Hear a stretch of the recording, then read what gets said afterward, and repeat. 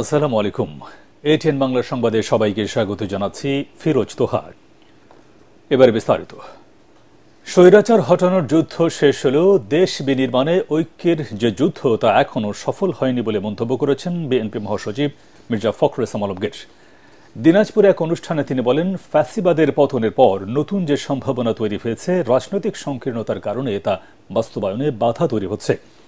দিনাজপুর প্রতিনিধি সৈয়দ আলী হাসানের ছবি ও তথ্যের ভিত্তিতে কামরুজ্জামান রাজীবের রিপোর্ট। দিনাজপুর সরকারি কলেজের অর্থনীতি বিভাগের সুবর্ণ জয়ন্তী ও গুণীজন সম্মাননা অনুষ্ঠানে যোগ দেন বিএনপি মহাসচিব মির্জা ফখরুল ইসলাম আলমগীর। বিভাগের সাবেক শিক্ষক হিসেবে তার শিক্ষকতা জীবনের স্মৃতি তুলে ধরে শিক্ষার্থীদের বিভিন্ন দিক নির্দেশনা দেন তিনি। এ সময় আক্ষেপ প্রকাশ করে মির্জা ফখরুল বলেন, শুধুমাত্র রাজনৈতিক সংকীর্ণতার কারণে গত 53 বছরেও দেশের গণতন্ত্র সমৃদ্ধ হয়নি। পরিবর্তনের যে সুযোগ তৈরি হয়েছে তা বাস্তবায়নে সবাইকে এগিয়ে আসার আহ্বান জানান বিএনপি মহাসচিব। হাজার হাজার নেতাকর্মীকে বিনা বিচারে হত্যা করা হয়েছে। এই একটা অবস্থা আমরা পার হয়েছি, আর নতুন সম্ভাবনা দেখা দিয়েছে, কিন্তু কেন জানি না আমরা সেই সংকীর্ণতার মধ্যে উঠতে পারছি না। আমি আশা করব সমস্ত সংশ্লিষ্ট সকলের কাছে এই আবেদন জানাবো যে আমরা উঠে দাঁড়াই, আমরা আমাদের এই সংকীর্ণতার ঊর্ধ্বে দাঁড়িয়ে আমরা একটা স্পষ্ট সত্য সুন্দর একটা পথ নির্ধারণ করি। তিনি বলেন, রাজনৈতিক দলগুলো বিরোধে জড়িয়ে থাকায় গণতন্ত্র প্রাতিষ্ঠানিক রূপ পায়নি। ফ্যাসিবাদ পতনের সংগ্রামে সফল হলেও গণতন্ত্র প্রতিষ্ঠায় এখন পর্যন্ত অটুট হয়নি ঐক্য। গণতান্ত্রিক যুদ্ধ শেষ হয়েছে, কিন্তু এখন পর্যন্ত আমরা সেই ঐক্যের যে যুদ্ধ, সকলে মিলে একসাথে দেশটাকে যে গঠন করব, তাকে নির্মাণ করব, তাকে একটা পথরেখা দেখাবো, আজকে এই বয়সে এসে আমার কাছে মনে হয় এই জায়গায় আমাদের ব্যর্থতা আছে। আমরা রাজনৈতিক দলগুলো পরস্পরের সঙ্গে বিরোধে লিপ্ত হয়েছি, কিন্তু সহনশীলতার মধ্য দিয়ে গণতন্ত্রকে চর্চা করে আমরা যদি সবাই এগিয়ে যেতে পারি, তাহলে কিন্তু আমরা গণতন্ত্রকে লাভ করতে পারবো, আমাদের অধিকারকে অর্জন করতে পারবো। স্বৈরাচার আওয়ামী লীগ সরকারের দুর্নীতি, লুটপাট, অত্যাচার, নির্যাতন থেকে মানুষ রক্ষা পেলেও সহনশীলতার রাজনীতির মাধ্যমে দেশ গড়ার সুযোগ কাজে লাগানোর আহ্বান জানান বিএনপি মহাসচিব। কামরুজ্জামান রাজীব, এটিএন বাংলা।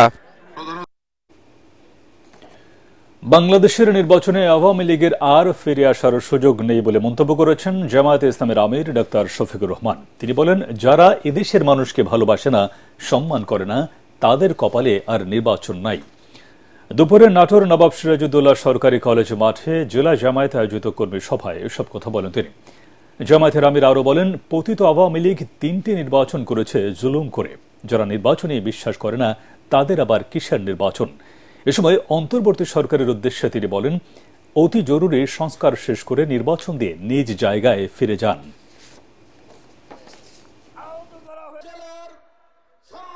এরা তিনটি নির্বাচন অবৈধভাবে ক্ষমতায় থাকার সময় কি তাণ্ডব চালিয়েছে, আমরা কি ভুলে গিয়েছি?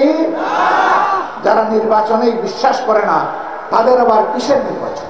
আগামীতে আমরা চাই জরুরি, অতি জরুরি সংস্কারগুলো সাধন করে বর্তমান সরকার একটা সুষ্ঠু নির্বাচন দিয়ে তারা যার যার জায়গায় চলে যায়। এই নির্বাচনে জনগণ যাকে ভালোবাসবে, যার উপরে আস্থা রাখতে পারবে, যাদেরকে দেশের দায়িত্বটা দিলে তারা দেশের মানুষকে সম্মান করবেন, ভালোবাসবেন। নতুন করে পণ্যের উপর ভ্যাট বসানো হলে জনজীবনে নেতিবাচক প্রভাব পড়বে বলে মনে করছে Bangladesh communist party CPB. IMF এর শর্ত পূরণ করতে গিয়ে অন্তর্বর্তী সরকার জন আকাঙ্ক্ষার বিরুদ্ধে অবস্থান নিচ্ছে বলে অভিযোগ দলটির নেতাদের। রাজধানীর সোহরাওয়ার্দী উদ্যানে ঢাকা বিভাগীয় সমাবেশে সিপিবির সাধারণ সম্পাদক রুহিন হোসেন প্রিন্স বলেন, 15 জানুয়ারির ঘোষণাপত্রে নির্বাচনের সুনির্দিষ্ট রোডম্যাপ দিতে হবে সরকারকে। সংস্কারের অজুহাতে অনির্বাচিত সরকার দীর্ঘদিন ক্ষমতায় থাকলে গণতন্ত্র হয় না বলেও মন্তব্য করেন তিনি। সেই ব্যবস্থা ভোট জনগণ দিতে পারে নাই, বিক্ষুব্ধ ছিল। ভয়ের রাজত্ব কায়েম হয়েছিল, বিক্ষুব্ধ ছিল। জিনিসপত্রের দাম বেড়ে যাচ্ছে, বিক্ষুব্ধ হয়েছিল। এই জন্য হাজিরাকে দেশ সেবা করা হয়েছে। আর আপনি যদি সংস্কারের ট্যাবলেটের কথা বলে জিনিসপত্রের দাম কমাইতে পারেন না। ওয়ার্ল্ড ম্যাপ IMF এর কথা শোনেন, তেলের দাম, গ্যাসের দাম, বিদ্যুতের দাম কমাইতে পারেন না, নতুন করে ব্যাট বসাইতে চান, তাহলে আপনি তো একই ব্যবস্থা দিয়ে চলছে। দেশের পরিস্থিতি খুব একটা বদলায়নি, বিভিন্ন স্থানে সন্ত্রাস ও চাঁদাবাজি চলছে বলে মন্তব্য করেছেন নৌ পরিবহন উপদেষ্টা এম শাখাওয়াত হোসেন। সবাইকে ঐক্যবদ্ধভাবে এই অনিয়ম প্রতিহত করার আহ্বান জানান তিনি। দুপুরে খুলনার সরকারি সুন্দরবন আদর্শ কলেজের সুবর্ণ জয়ন্তী ও ৫৬ বছর পূর্তি অনুষ্ঠানে উপদেষ্টা এসব কথা বলেন।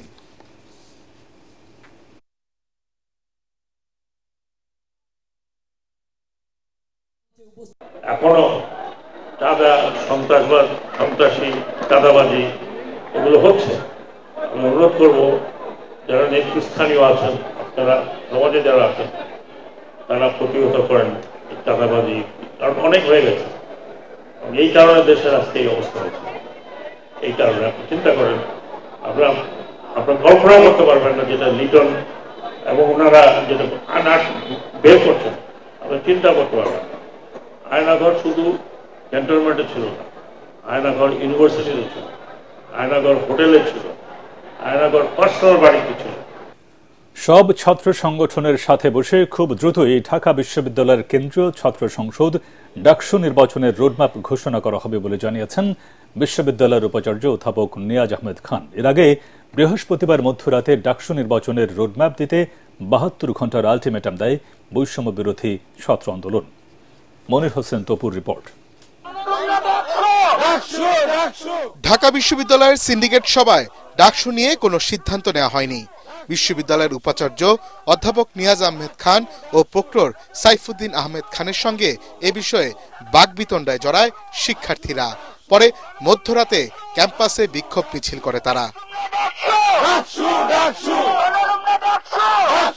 মিছিল নিয়ে উপাচার্যের বাসভবনের সামনে অবস্থান করে ডাকসু নির্বাচনের রোডম্যাপ দিতে আলটিমেটাম দেয় শিক্ষার্থীরা।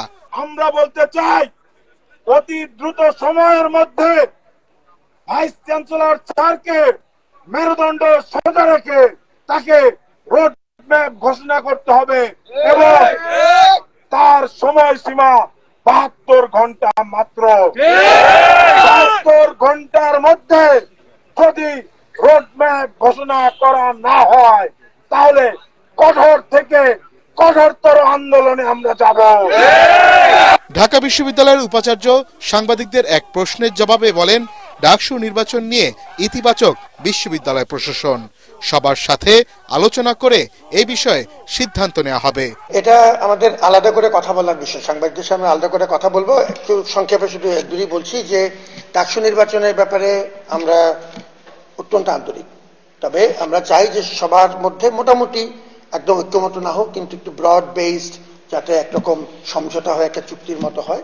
সবাইকে নিয়ে আমরা করতে চাই এই নির্বাচনটি উৎসবমুখর পরিবেশে, সবার বহুদিন পর একটি মুক্ত পরিবেশে এই সুযোগটি তৈরি হয়েছে। আমরা চাই যে এই কাজটি যতদূর সম্ভব সবাইকে নিয়ে নিখুঁতভাবে করতে। এটার জন্য আমরা আমাদের বেশ কিছু কমিটি কাজ করছে, সবার সাথে কথা বলছি এবং আপনাদের সাথে সবার সাথে কথা বলেই এটা ঠিক করা হবে। সবাইকে নিয়ে উৎসব মুখর পরিবেশে ডাকসু নির্বাচন আয়োজন করা হবে বলেও জানান উপাচার্য। মনির হোসেন তপু, ATN বাংলা, ঢাকা। শিক্ষার্থীদের আন্দোলনের মুখে রাজশাহী বিশ্ববিদ্যালয় থেকে স্থায়ীভাবে পোষ্য কোটা বাতিলের সিদ্ধান্ত নিয়েছে বিশ্ববিদ্যালয় প্রশাসন।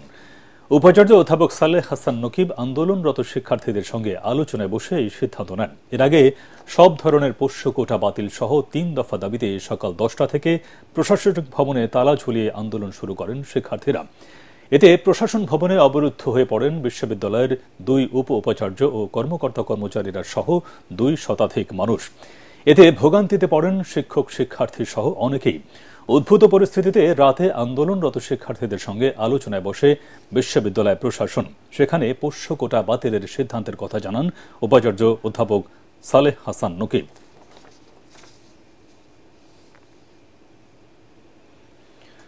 ২৪-এর গণ অভ্যুত্থানে নির্বিচারে হত্যা ও আওয়ামী দোসরদের এখনও গ্রেফতার না করায় হতাশ শহীদ ও আহত পরিবারের সদস্যরা। এখনও আইনশৃঙ্খলা বাহিনী আসামিদের গ্রেফতার করতে না পারায় আতঙ্ক বিরাজ করছে সমন্বয়ক ও ছাত্র জনতার মাঝে। অন্যদিকে মামলা তুলে নিতে বিভিন্ন ধরনের প্রলোভন ও হুমকি দিচ্ছে আসামিরা। পাবনা প্রতিনিধি মোবারক বিশ্বাসের তথ্য ছবিতে রিপোর্ট করছেন মাজহারুল হক মুহাজির।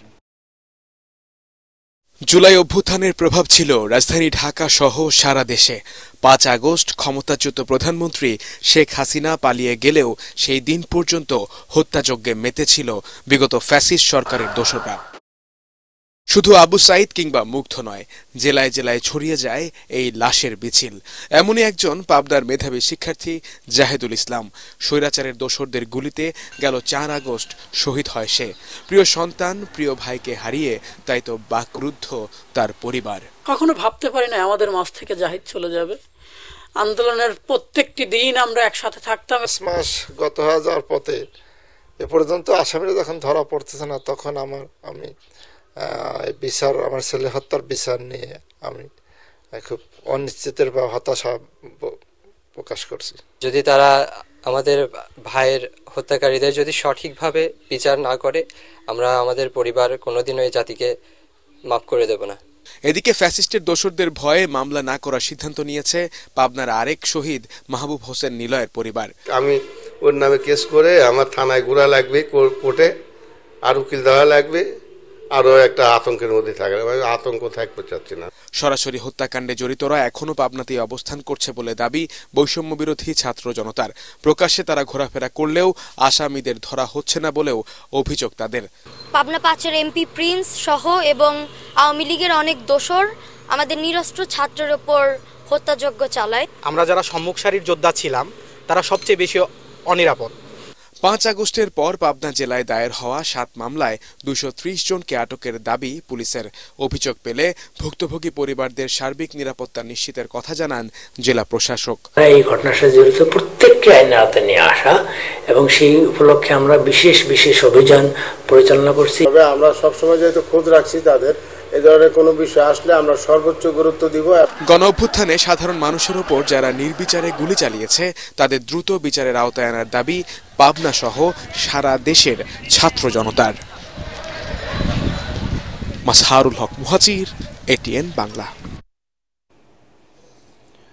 এদিকে খুলনার শিববাড়ি মোড়ে বৈষম্য বিরোধী ছাত্র আন্দোলনের নেতাকর্মীদের অতর্কিত হামলা চালিয়েছে সন্ত্রাসীরা। এ ঘটনায় 8 জন আহত হয়। হামলার প্রতিবাদে বিক্ষোভ মিছিল করেছে বৈষম্য বিরোধী ছাত্র আন্দোলনের নেতাকর্মীরা। আহত শিক্ষার্থীরা জানান, নগরীর শেখপাড়ার সমাজসেবা অফিস থেকে শিববাড়ি মোড়ে পৌঁছলে অজ্ঞাতনামা 20-25 জন সন্ত্রাসী তাদের উপর অতর্কিত হামলা চালায়। এতে 8 জন আহত হয়। তাদের খুলনা মেডিকেল কলেজ হাসপাতালে ভর্তি করা হয়েছে। আহতদের মধ্যে 2 জনের অবস্থা আশঙ্কাজনক। তীব্র শীতে কাঁপছে সারা দেশ। উত্তরাঞ্চলের 6 জেলায় বইছে শৈত্যপ্রবাহ। দিনের বেলায় বেশিরভাগ এলাকায় দেখা মিলছে না সূর্যের। এতে নিদারুণ কষ্টে আছে দিনমজুর আর খেটে খাওয়া মানুষেরা। আবহাওয়া অফিস জানিয়েছে এই সপ্তাহে আর শীত কমার কোনো সম্ভাবনা নেই। মাজহারুল হক মুহাজিরের আরেকটি রিপোর্ট। জিয়া উদ্যানে চা বিক্রি করে সংসার চলে খালেদা বেগমের। প্রতিদিন 1000-1200 টাকা বেচাকেনা হলেও শীতে হয় এর অর্ধেক, মাঝে মাঝে তার চেয়েও কম। তীব্র শীতে দিন আনে দিন খায় যারা, তারাই আছেন কষ্টে। বাতাস লাগলে একটু গায়ে একটু বেশি লাগে, তাও এই ঠান্ডার মধ্যে বয়ে থাকে। পরে মাগরিবের আজান দিলে পরে আমি চলে গেছিলাম। আশা এখন কষ্ট আছে আমার, খালি 2টা কম্বল আছে, কম্বল গায়ে দিয়ে থাকি। সকাল থেকে সূর্যের দেখা মেলেনি। যারা বাধ্য হয়ে বের হয়েছেন গরম কাপড়ে শরীর ঢেকে। যানবাহনগুলোকেও হেডলাইট জ্বালিয়ে চলাচল করতে দেখা গেছে। শীতের মেইন হচ্ছে পিঠার মধ্যে পরে আগুন তাপাবো, এটাই তো সবার ইচ্ছা। গ্রামে আপনি যেভাবে হাড় কাঁপানো শীতটা এনজয় করতে পারবেন, সেটা এখানে থেকে এনজয় করা সম্ভব না। যে বছর শীত কম পড়ে সে বছর গরম বেশি পড়ে, তাহলে তো আমাদের শীতই দরকার, গরমের তুলনায় শীত বেশি দরকার। সারা দেশেই জেকে বসেছে শীত। বিশেষ করে হাড় কাঁপানো শীতে বিপর্যস্ত উত্তরাঞ্চলের মানুষ। বেশি সমস্যায় পড়ছেন শিশু ও বয়োবৃদ্ধরা। রংপুর, রাজশাহী, বগুড়া, পাবনা, নওগাঁ অঞ্চলে চলছে শৈত্যপ্রবাহ। ঠান্ডা খুব বেশি পড়ে গেছে, গাড়ি ঘোড়া ঠিক মতো চালাতে পারতেছি না, শহরের লোকজন দেখা যাচ্ছে না। কুয়াশায় বাইরে যায় না, অতিরিক্ত ঠান্ডা, রাস্তাঘাটের লোকজন নাই, কাজ করতে কষ্ট হয়, হাত পা ঠান্ডা গরম হয়ে যায়। এত ঠান্ডা যে আমরা এই যে 2টা করে জ্যাকেট পরছি তারপর ঠান্ডা যায় না। এদিকে দিন ও রাতের তাপমাত্রা প্রায় এক হয়ে যাওয়ায় শীত বেশি অনুভূত হচ্ছে। সূর্যের আলো পেলে তাপমাত্রা কিছুটা বাড়বে বলে জানায় আবহাওয়া অফিস। সূর্যের আলোটা না পাওয়ার জন্য কিছু দিনের এবং রাতের তাপমাত্রার পার্থক্যটা কিন্তু অনেক কমে গেছে। কুয়াশার ভাবটা আগামী 7 তারিখ 6-7 তারিখ পর্যন্ত থাকবে। এরপরে হয়তো তাপমাত্রা কুয়াশা ভাবটা কেটে গেলে আপনার তাপমাত্রাটা কিছুটা বাড়বে। তাপমাত্রা বাড়বে, কিন্তু শীতের যে এখন যে দিনের বেলা যে আমরা তীব্র শীত অনুভব করছি, সেক্ষেত্রে কুয়াশাটা কেটে গেলে আমরা সূর্যের আলো পাবো। সেই ক্ষেত্রে দিনের বেলা যে তীব্র শীত, এই শীতের অনুভূতিটা অনেকটা কমে আসবে। এই মৌসুমের সর্বনিম্ন তাপমাত্রা ছিল তেঁতুলিয়ায় 8.3 ডিগ্রি সেলসিয়াস এবং ঢাকায় 13.6 ডিগ্রি সেলসিয়াস। মাজহারুল হক মুহাজির, ATN বাংলা, ঢাকা। ঢাকা, রংপুর ও সিলেট সহ দেশের বিভিন্ন স্থানে হালকা ভূমিকম্প অনুভূত হয়েছে। ভূমিকম্পের উৎপত্তি স্থল ছিল মিয়ানমার। আবহাওয়া অধিদপ্তর জানিয়েছে সকাল 10:32 রাজধানী সহ দেশের বিভিন্ন স্থানে ভূমিকম্প অনুভূত হয়। রিক্টার স্কেলে এর মাত্রা ছিল 5। ঢাকা থেকে 482 কিলোমিটার দূরে মিয়ানমারের একটি স্থানে এই ভূমিকম্পের উৎপত্তি হয়। এর প্রভাবে রাজধানী সহ রংপুর, উত্তরা, উত্তর পূর্বাঞ্চলের সিলেট ও আশপাশের কিছু এলাকায় কম্পন অনুভূত হয়েছে। সাপ্তাহিক প্রথম ছুটির দিনে ক্রেতা দর্শনার্থীদের পদচারণায় মুখরিত ঢাকা আন্তর্জাতিক বাণিজ্য মেলা। শীতের তীব্রতা উপেক্ষা করে পরিবার পরিজন নিয়ে দূর দূরান্ত থেকে মেলায় এসেছেন অনেকেই। তবে পণ্য কেনার চেয়ে এখন স্টল ও মেলা প্রাঙ্গণ ঘুরে দেখতে ব্যস্ত দর্শনার্থীরা।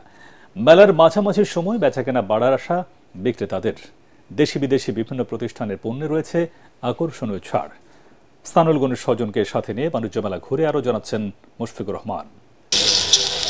সূর্যের দেখা নেই, কুয়াশাও পুরোপুরি কাটেনি। শীতের হিমেল হাওয়া উপেক্ষা করেই ঢাকা আন্তর্জাতিক বাণিজ্য মেলায় আসেন ক্রেতা দর্শনার্থীরা।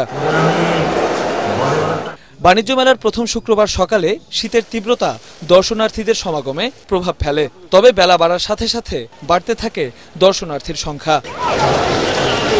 দেশের বিভিন্ন প্রান্ত থেকে আসেন অনেকে। প্রথমবারের মতো মেলায় এসে কেউ কেউ বেশ উচ্ছ্বসিত, আবার পছন্দের পণ্য না পেয়ে হতাশার সুরও কারো কারো কণ্ঠে। আমি বাণিজ্য মেলায় অনেক কিছু দেখেছি, কিন্তু আমি বাণিজ্য মেলায় লাল শার্ট পাচ্ছি না। আজকে শুক্রবারের দিন ভাবলাম একটু অফ ডে, তো ভাবলাম একটু আসি। মেয়েদের আর কি কেনাকাটা, মেয়েদের এই কসমেটিক। আমি আসছি মূলত চাঁপাইনবাবগঞ্জ থেকে। মেলায় আসলাম, পরিবেশ অনেক সুন্দর লাগছে। শীতের পোশাক, জুয়েলারি ও গৃহস্থলী পণ্যের দোকানে ভিড় তুলনামূলক বেশি। আগের থেকে এখন ভালোই লাগতেছে, স্পেসটা অনেক বড়। আমি একটা জুতা কিনছি পাকিস্তানি শপ থেকে, সুন্দর। বাচ্চারা যেটা দেখতেছে সেটাই কিনতে চাইতেছে আর এনজয় করতেছে খুব। দেশ বিদেশের ক্রেতাদের নজর কাড়তে লোভনীয় ছাড়ে পণ্যের পসরা সাজিয়ে বসেছেন দোকানিরা। পণ্য কেনার চেয়ে এখন এক স্টল থেকে অন্য স্টলে ঘুরে ফিরেই কাটাচ্ছেন দর্শনার্থীরা। তবে সপ্তাহখানেক পর বেচাকেনা বাড়ার আশা বিক্রেতাদের। প্রথম শুক্রবার, এখন পর্যন্ত ততটা সময় কিন্তু কিছুটা বোঝা যাচ্ছে যে ইনশাল্লাহ হবে। ক্রেতা সাধারণ আসলে গতবার থেকে আশা করি ভালোই হবে ইনশাল্লাহ, বেচাকেনা খারাপ। বাণিজ্য মেলায় বাংলাদেশ সহ মোট 8টি দেশের 362টি স্টল ও প্যাভিলিয়ন অংশ নিয়েছে। কিছু কিছু স্টল তৈরির কাজ এখনো চলমান। কনকনে শীত উপেক্ষা করে পরিবার পরিজন এবং বন্ধু বান্ধবদের নিয়ে মেলায় আসছেন ক্রেতা দর্শনার্থীরা। এখনো পর্যন্ত মেলা সেই অর্থে জমে না উঠলেও বিক্রেতারা আশা করছেন দ্রুতই জমে উঠবে বেচাকেনা এবং বাণিজ্য মেলা ফিরে পাবে তার জমজমাট রূপ। পূর্বাঞ্চলের ঢাকা আন্তর্জাতিক বাণিজ্য মেলা থেকে মুশফিকুর রহমান, ATN বাংলা। চট্টগ্রাম এলিভেটেড এক্সপ্রেসওয়েতে শুরু হয়েছে টোল আদায়। সকালে এক্সপ্রেসওয়ের পতেঙ্গা প্রান্তে আনুষ্ঠানিকভাবে টোল আদায় কার্যক্রম উদ্বোধন করেন গৃহায়ন ও গণপূর্ত উপদেষ্টা আদিল রহমান খান। একই সাথে এলিভেটেড এক্সপ্রেসওয়েটির নামকরণ করা হয় বৈষম্য বিরোধী ছাত্র আন্দোলনে চট্টগ্রামের শহীদ ওয়াসিম মাকরামের নামে। এ সময় উপদেষ্টা বলেন, সারা দেশে জুলাই অভ্যুত্থানে যারা শহীদ হয়েছেন তাদের জন্য বিভিন্ন জায়গায় স্মৃতিচিহ্ন তৈরি করছে সরকার। পতেঙ্গা থেকে লালখান বাজার পর্যন্ত এই উড়াল সড়কে টোল দিয়ে 10 ধরনের গাড়ি চলাচল করতে পারবে বলে জানিয়েছে চট্টগ্রাম উন্নয়ন কর্তৃপক্ষ CDA। তবে মোটরসাইকেল ও ট্রেইলার ওঠানামার সুযোগ রাখা হয়নি।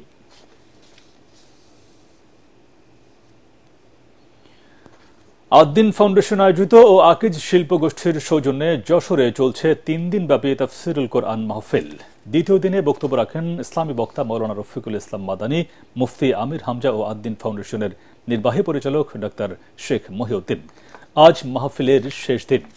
যশোর থেকে তামান্না ফারজানের পাঠানো তথ্য ছবি নিয়ে রিপোর্ট জানাচ্ছেন আশিকুর রহমান। তুমি সরদার হবে আদালতে আখিরাতে, যশোরে 3 দিনব্যাপী তাফসিরুল কোরআন মাহফিলের দ্বিতীয় দিনে অংশ নিয়ে ইসলামী বক্তা মাওলানা রফিকুল ইসলাম মাদানী বলেন, বাংলাদেশ নিয়ে জাতীয় ও আন্তর্জাতিক চক্রান্ত চলছে। দেশের শান্তি প্রতিষ্ঠায় কোরআন সুন্নাহ অনুযায়ী রাষ্ট্র পরিচালনার আহ্বান জানান তিনি।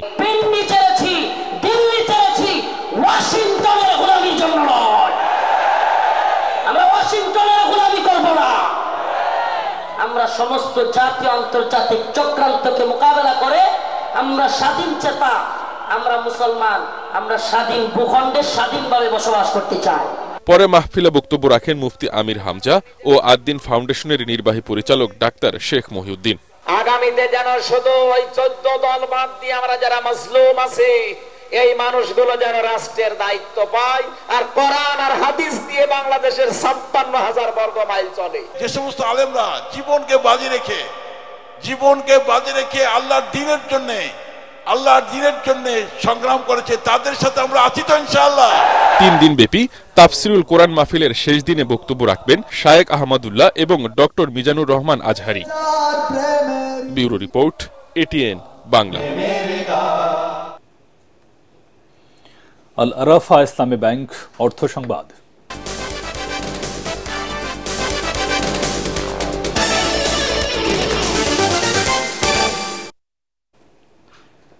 বাংলাদেশে প্রথমবারের মতো সাবিত ইন্টারন্যাশনালের উদ্যোগে অনুষ্ঠিত হল নিউ ওয়্যার নিউ মিশন আন্তর্জাতিক কনফারেন্স।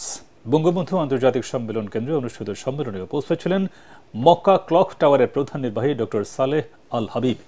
অনুষ্ঠানে বিশেষ অতিথি হিসেবে অংশ নেন আকেজ গ্রুপের chairman Nasir Uddin Ahmed.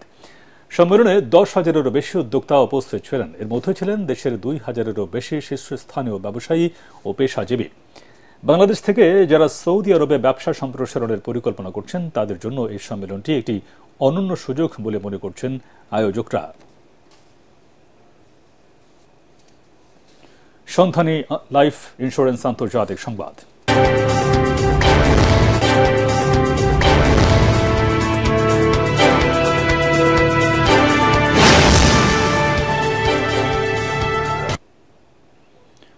Joe Biden আমেরিকার ইতিহাসে সবচেয়ে বাজে প্রেসিডেন্ট বলে মন্তব্য করেছেন দেশটির নবনির্বাচিত প্রেসিডেন্ট ডোনাল্ড ট্রাম্প। সামাজিক যোগাযোগ মাধ্যমে যুক্তরাষ্ট্রের বর্তমান প্রশাসনের নীতির সমালোচনা করে তিনি এই কথা বলেন। সামাজিক যোগাযোগ মাধ্যমে ট্রাম্প লিখেছেন, জো বাইডেন পুরোপুরি বিপর্যস্ত এক প্রেসিডেন্ট। বাইডেনের কর্মকাণ্ড ও নির্বাচনে হস্তক্ষেপের বিষয়টি ভুলে যাওয়া হবে না বলেও সতর্ক করেন তিনি।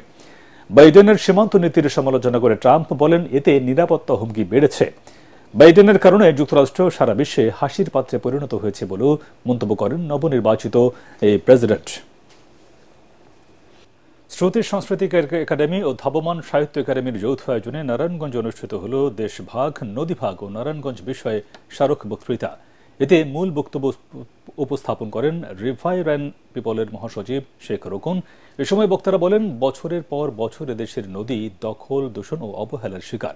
এজন্য নদী রক্ষায় সবাইকে একসাথে কাজ করার আহ্বান জানান বক্তারা। এ সময় শ্রুতির সভাপতি ধীমান সাহা জুয়েল, নারায়ণগঞ্জের জেলা প্রশাসক মাহমুদুল হক, বাংলাদেশ পরিবেশ আন্দোলনের সহসভাপতি স্থপতি ইকবাল হাবিব, সাংস্কৃতিক ব্যক্তিত্ব রফিউর রাব্বি উপস্থিত ছিলেন। পার্টেক্স খেলার খবর।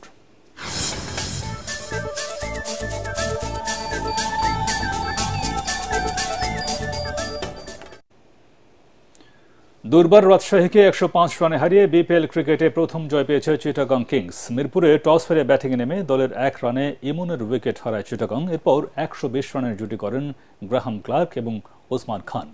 40 রান করে আউট হন ক্লার্ক। আরেক ওপেনার ওসমান তুলে নেন সেঞ্চুরি। তার 62 বলে 123 রানের বিধ্বংসী ইনিংসে 105 উইকেটে 219 রান তোলে চিটাগং। তাসকিন নেন 2 উইকেট। জবাবে 17 ওভার 1 বলে 114 রানে গুটিয়ে যায় রাজশাহীর ইনিংস। মোহাম্মদ হারিসের ব্যাটে আসে 32 রান। চিটাগংয়ের হয়ে 3টি করে উইকেট নেন আরাফাত সানি এবং আল ইসলাম। সিডনিতে পঞ্চম টেস্টের প্রথম ইনিংসে 185 রানে অল আউট হয়েছে ভারত। দিন শেষে অসিদের সংগ্রহ 1 উইকেটে 9 রান। সিডনি ক্রিকেট গ্রাউন্ডসে টস জিতে ব্যাটিংয়ের সিদ্ধান্ত নেয় ভারত। 72 রানে 4 উইকেট হারিয়ে বিপদে পড়ে তারা। সেই বিপদ আর কাটিয়ে উঠতে পারেনি সফরকারীরা। শেষ পর্যন্ত 185 রানে অল আউট হয় জসপ্রীত বুমরার দল। সর্বোচ্চ 40 রান করেন ঋষভ পান্থ। অস্ট্রেলিয়ার হয়ে 4 উইকেট নেন স্কট বোল্যান্ড। জবাবে 9 রানে ওসমান খাজার উইকেট হারায় অস্ট্রেলিয়া।